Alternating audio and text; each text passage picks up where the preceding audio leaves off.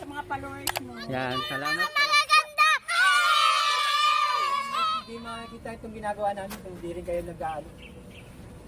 Pero kung di rin po dahil sa inyo, wala tayong mga magandang ipapakita sa ating mga kababayan. Kaya sobrang salamat po sa inyo.